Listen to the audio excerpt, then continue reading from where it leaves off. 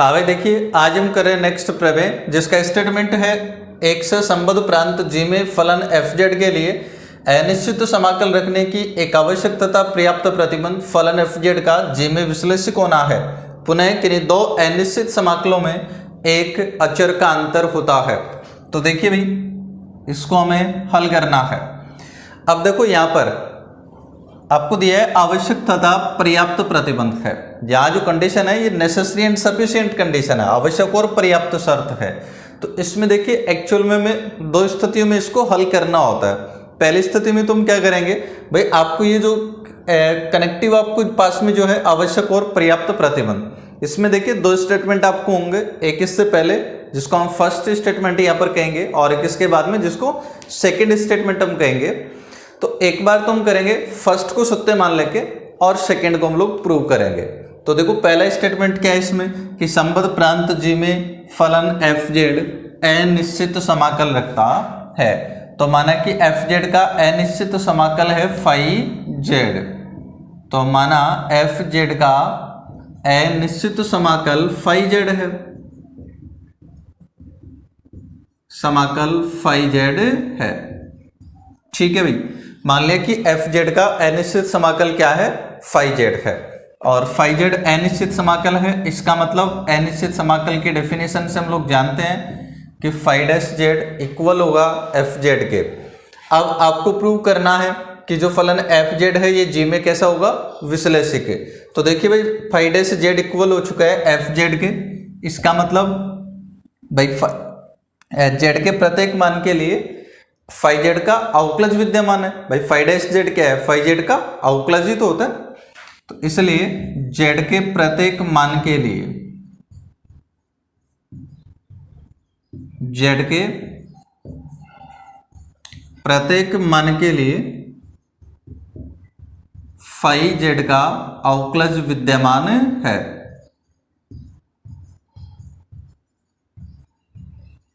अवकलज विद्यमान है, जेड के प्रत्येक मान के लिए फाई जेड का अवकलज विद्यमान है। अब फाई जेड का अवकलज अगर आपके पास में विद्यमान है, इसका मतलब क्या हुआ कि जो फाई जेड है विश्लेषिक फलन है, इसलिए फाई जेड विश्लेषिक फलन है। फाई जेड विश्लेषिक फलन है, लेकिन हमें तो सिद्ध करना था कि एफ जेड विश्लेषिक है। अब देखिए फाई जेड अगर विश्लेषिक है तो हम जानते हैं विश्लेषिक फलन का अवकलज हमेशा विश्लेषिक होता है। तो विश्लेषिक फलन का अवकलज सदैव विश्लेषिक होता है। विश्लेषिक फलन का अवकलज सदैव विश्लेषिक होता है।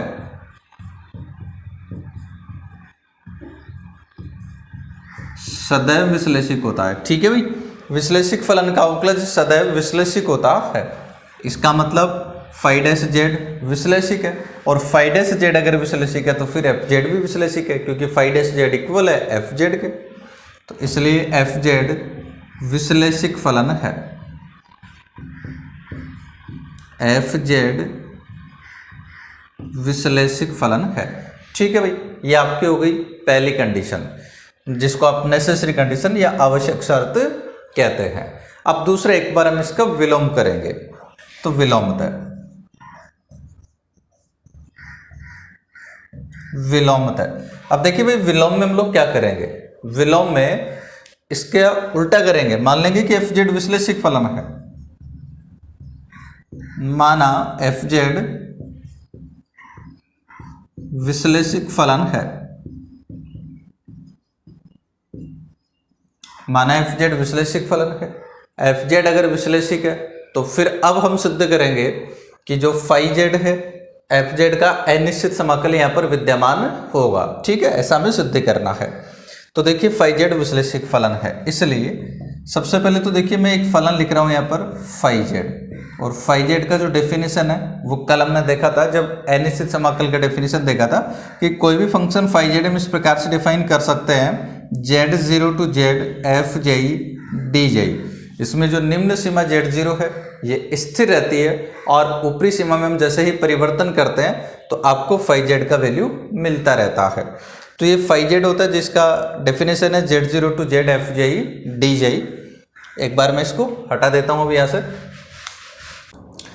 तो अब हमें इसका अनिश्चित समाकल FZ का यहाँ पर ज्ञात करना है। अनिश्चित समाकल ज्ञात करने के लिए देखिएगा फाई डैश जेड इक्वल होना चाहिए किसके, FZ के। तो हम फाई डैश जेड फाइंड करने की कोशिश करेंगे और फाई डैश जेड फाइंड करने के लिए सबसे पहले हम फाइंड करेंगे यहाँ पर phi Z plus del Z equal to हो जाएगा इंटीग्रेशन Z0 टू, देखो ये फाई जेड जो है यहीं से हम phi Z plus del Z define करते हैं। यहाँ से कैसे डिफाइन करोगे, निम्न सीमा जो Z0 है ये तो स्थिर रहेगी और जो अपर लिमिट है Z इसके स्थान पर आप लोग कर देंगे Z plus del Z FJ DJ।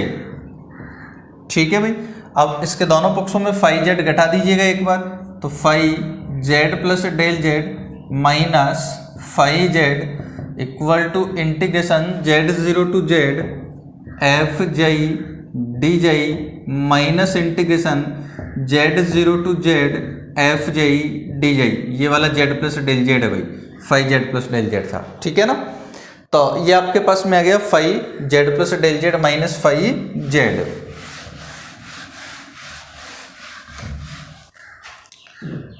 अब इसको सॉल्व कर लेंगे आप, तो phi Z plus del Z minus phi Z equal to, देखो भाई एक बार इसको तो मैं एज इट इज लिख रहा हूँ Z0 to Z FJ DJ minus integration. अब यहाँ ध्यान दीजिए भाई, ये लिमिट जो Z0 टू Z है इसको मैंने कर दिया यहाँ पर Z टू Z0, तो यहाँ फिर माइनस आएगा। सब निश्चित समाकल के गुणधर्म से हम लोग जानते हैं, जैसे ही अपर लिमिट और लोअर लिमिट को हम चेंज करते हैं तो समाकल का जो चिन्ह है परिवर्तित हो जाता है। तो यहाँ माइनस था तो प्लस बन जाएगा FJ DJ FJ DJ। ठीक है भाई, और इसको देखिएगा आप जरा ध्यान से, इंटीग्रेशन अब लिमिट को देखिएगा, यहाँ Z टू Z0 है और यहाँ Z0 to Z plus del Z है। तो अब हम क्या कर सकते हैं, इस लिमिट को लिख सकते हैं, अगर लिमिट A से B हो और B से C हो तो दोनों इंटीग्रेशन को ऐड करके हम सिंगल इंटीग्रेशन लिख सकते हैं जिसका लिमिट आपके पास में A से C तक बन जाता है। तो यहाँ लिमिट अगर Z से Z0 है और फिर Z0 से Z प्लस डेल जेड है, इसका मतलब ये जो लिमिट है इसको आप लिख सकते हो Z से Z plus del Z FJ DJ। ठीक है, ये phi Z plus del Z minus phi Z हमें प्राप्त हो गया। अब एक बार मैं इसको हटा लेता हूं,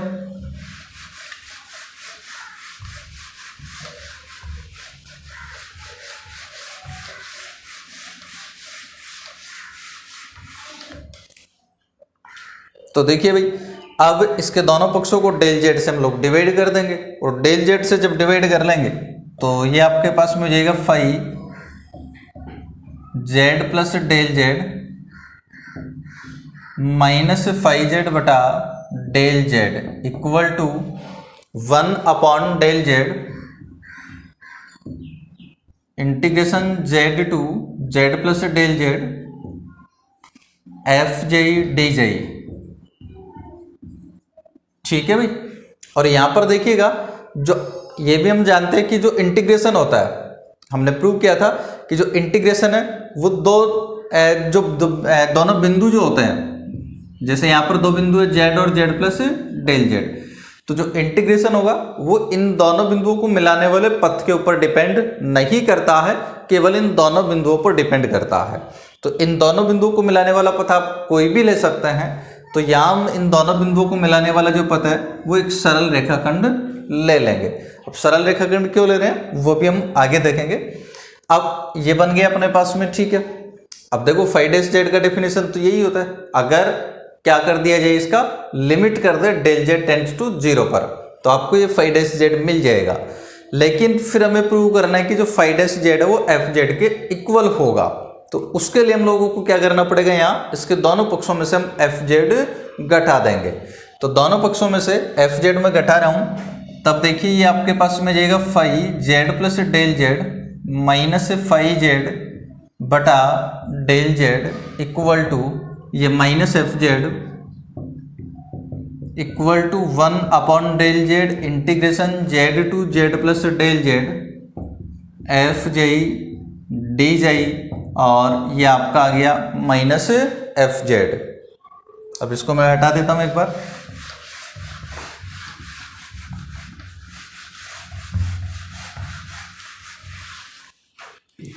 इसको सॉल्व करते हैं दाएं पक्ष को हम, तो ये आ जाएगा 1/del z integration z to z plus del z F J D J, और माइनस, अब यहां देखिएगा भाई ये वाला जो एफ जेड है इसको ध्यान देना एक बार। क्या मैं इस पे ऐसा लिख सकता हूं 1/del z integration of F Z D J, limit इसका कर देंगे आप z to z plus del z। ऐसा हम इसको लिख सकते हैं।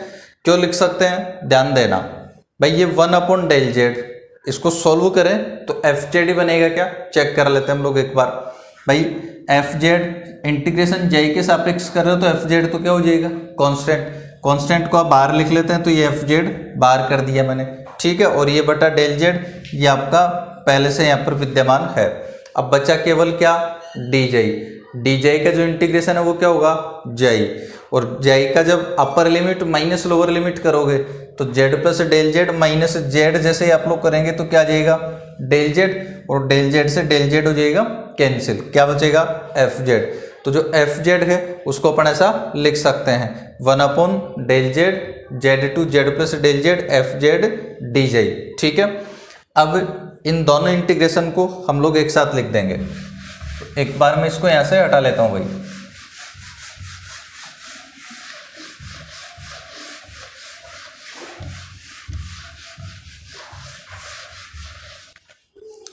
ठीक है, तो ये बाएं पक्ष में आपके पास था five Z plus del Z minus five Z बटा del Z minus F Z equal to, इनमें से दोनों में से 1/del z कॉमन आ जाएगा भाई, तो 1/del z को हमने कॉमन ले लिया, और integration z to z plus del z।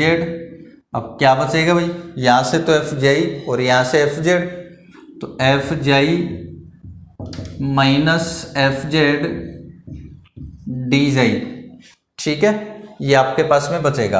अब चूंकि जो एफ जेड है संतत फलन है, तो चूंकि F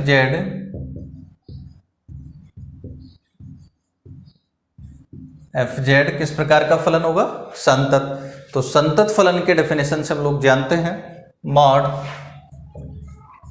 F JEE minus F Z less than epsilon, जबकि mod Z minus Z less than delta, ठीक है।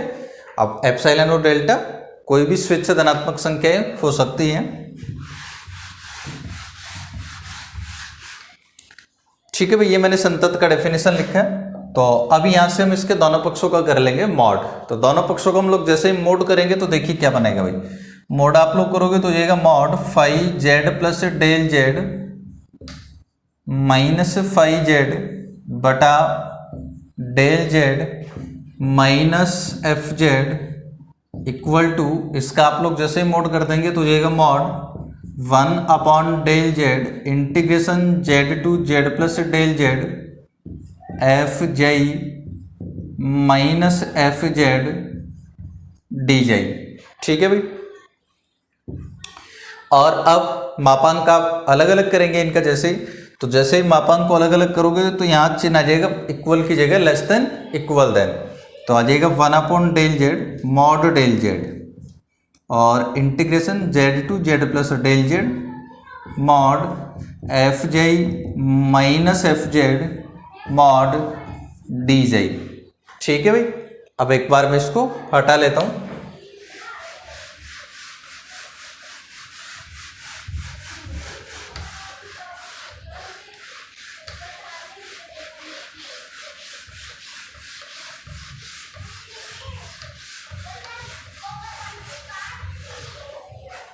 ठीक है भाई, देखिएगा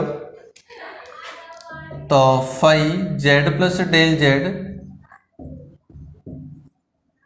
माइनस फाइव जेड बटा del Z less than equal than 1/del z mod del z। तो इसको तो मैं लिख देता हूँ एज इट इज एक बार, 1/mod del z। अब यहाँ पर देखिएगा भाई, मॉड एफ जे माइनस एफ जेड, अभी देखा था हमने संतत के डेफिनेशन में लेस देन एप्साइलन है, तो इसको आप लेस देन एप्साइलन कर दीजिएगा, तो ये लीजिएगा लेस देन एप्साइलन। इसके बाद में आपके पास यहाँ बचेगा integration Z to Z plus del Z mod d j, ठीक है। तो less than epsilon upon mod del z. अब देखिएगा भाई, मॉड डी जे का जो इंटीग्रेशन है ये क्या होता है, हम जानते हैं मॉड डी जेड का इंटीग्रेशन होता है चाप सी की लंबाई, जिस चाप के अनुदेश हम करते हैं। तो यहाँ जो आपके पास में जो चाप है वो जेड और जेड प्लस डेल जेड के बीच में है, और वो चाप हमने यहाँ पर क्या लिया है, सरल रेखाखंड। तो इस सरल रेखाखंड की लंबाई के बराबर, क्योंकि मॉड डी जे का मतलब चाप की लंबाई, और चाप यहाँ पर क्या, चाप का मतलब क्या हुआ, इन दोनों बिंदुओं को मिलाने वाला जो भी वक्र है ना, तो वो जो कि यहाँ पर हमने क्या लिया, सरल रेखाखंड। तो सरल रेखाखंड की लंबाई यहाँ से आप लोग जानते हैं क्या हो जाएगी, इस रेखाखंड की लंबाई भाई mod z plus del Z minus z, तो बचेगा मॉड डेल जेड। तो ये जो सरल रेखाखंड आपके पास में है इसकी लंबाई आपके पास है मॉड डेल जेड। अब मॉड डेल जेड हो जाएगा कैंसिल, ये यहाँ माइनस एफ जेड भी था भाई, तो फिर आपके पास बचेगा five Z plus del Z minus five Z बटा डेल जेड और माइनस एफ जेड, ठीक है, मोड भी कर देना है, less than epsilon mod del z जब कैंसिल हो जाएगा तो, और एप्साइलन टेंस टू 0 होगा यदि डेल जेड टेंस टू क्या हो, 0। अब जैसे ही डेल जेड टेंस टू 0 होगा तो एप्साइलन टेंस टू क्या होगा, 0, और एप्साइलन टेंस टू 0 होने का मतलब हम जानते हैं, इस एप्साइलन टेंस टू 0 का मतलब क्या होता है कि limit del Z tends to 0 five Z plus del Z minus five Z बटा del Z equal to F Z, है ना। तो ये कहा था हमने कि एप्साइलन टेंस टू 0 कब होगा, यदि डेल जेड टेंस टू क्या होगा, 0। इसका मतलब क्या होता है कि आप इसके जैसे ही लिमिट करेंगे डेल जेड टेंस टू 0 पर, तो लिमिट जो 5 z plus del Z minus 5 z upon del z होगा ये इक्वल हो जाएगा किसके, एफ जेड के। और यहाँ से अगर अब हम देखें तो इसको आप लोग देख सकते हैं, ये आपके पास में डेफिनेशन बन गया आउक्लज का, यानी कि 5 जेड का। तो ये डेफिनेशन आपके पास हो गया 5 जेड का, जो कि इक्वल आ गया आपके पास में किसके, एफ जेड के। तो 5 जेड इक्वल टू हो गया एफ जेड, और 5 z equal to F z, इसका मतलब क्या हुआ कि 5 जेड एफ जेड का अनिश्चित समाकल है। तो इसलिए 5 जेड एफ जेड का अनिश्चित समाकल है, अनिश्चित समाकल है, ठीक है भाई। तो 5 जेड आ गया एफ जेड का अनिश्चित समाकल। तो ये दोनों कंडीशन हमने कर ली, नेसेसरी एंड सफिशिएंट। लेकिन उसके बाद में आगे एक और चीज आपको दिया है कि पुनः किन्हीं दो अनिश्चित समाकलों में एक अचर का अंतर होता है। तो अगर किसी फलन के दो अनिश्चित समाकल है तो उनके दोनों के बीच में एक अचर का अंतर होगा। इस बात को अब हम प्रूव करेंगे। तो एक बार मैं इसको हटा देता हूं।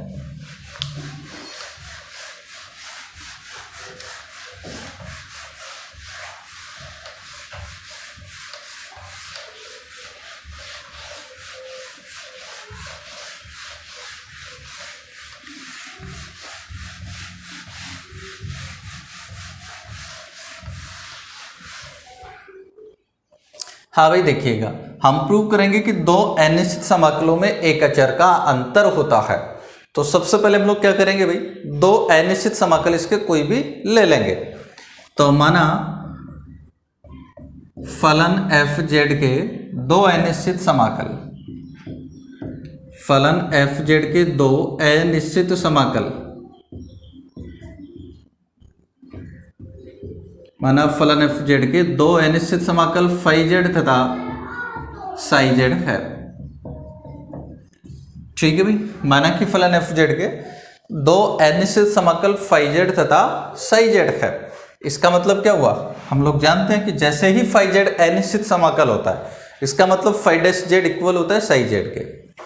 तो फाई डैश जेड इक्वल होगा साई जेड के एफ जेड के, और चूंकि साई जेड भी अनिश्चित समाकल है, इसका मतलब साई डैश जेड भी इक्वल होगा किसके, एफ जेड के।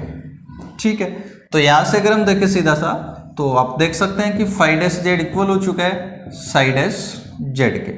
ठीक है, अब जो फाई डैश जेड होता है इसका मतलब ऐसे ही होता है d by d z of phi Z equal to psi dash z का मतलब क्या होता है, d by d z of psi z. ठीक है, तो पक्षांतरण कर ले हम इसका, तभी आपके पास में जाएगा d by d z of phi z minus d by d z of psi z. ठीक है भाई, तो अब इसको आप ऐसा लिख सकते हैं इक्वल टू 0, इसको हम लिख सकते हैं d by d z of phi z minus psi z equal to 0। ठीक है, अब इसके दोनों पक्षों को हम कर देंगे इंटीग्रेशन। तो दोनों पक्षों को हम लोग जैसे ही इंटीग्रेशन करेंगे तो phi z minus psi z, phi z minus psi z equal to, भाई इस इधर से तो इंटीग्रेशन ये हो जाएगा क्योंकि ये डी बाई डी जेड क्या अवकलज का ऑपरेटर है, तो जैसे इंटीग्रेशन करोगे तो ये अवकलज ऑपरेटर कैंसिल हो जाएगा, बस बचेगा phi z minus psi z. और जो 0 है, 0 का इंटीग्रेशन आप लोग जानते हैं एक अचर होता है, यहाँ पर सपोज क्या कर दिया हमने c। अब पक्षांतरण कर दे अगर हम साई जेड का तो फाई जेड इक्वल टू हो जाएगा साई जेड प्लस सी। ये लीजिएगा भाई फाई जेड इक्वल आ गया है साई जेड प्लस सी के, यानी कि यहाँ दो अनिश्चित समाकल थे फाई जेड और साई जेड, जिनके दोनों के मध्य का अंतर कितना आ गया c, और c क्या है यहाँ पर एक अचर, इसलिए हम कहेंगे कि दो अनिश्चित समाकलों में सदैव एक अचर का अंतर होता है।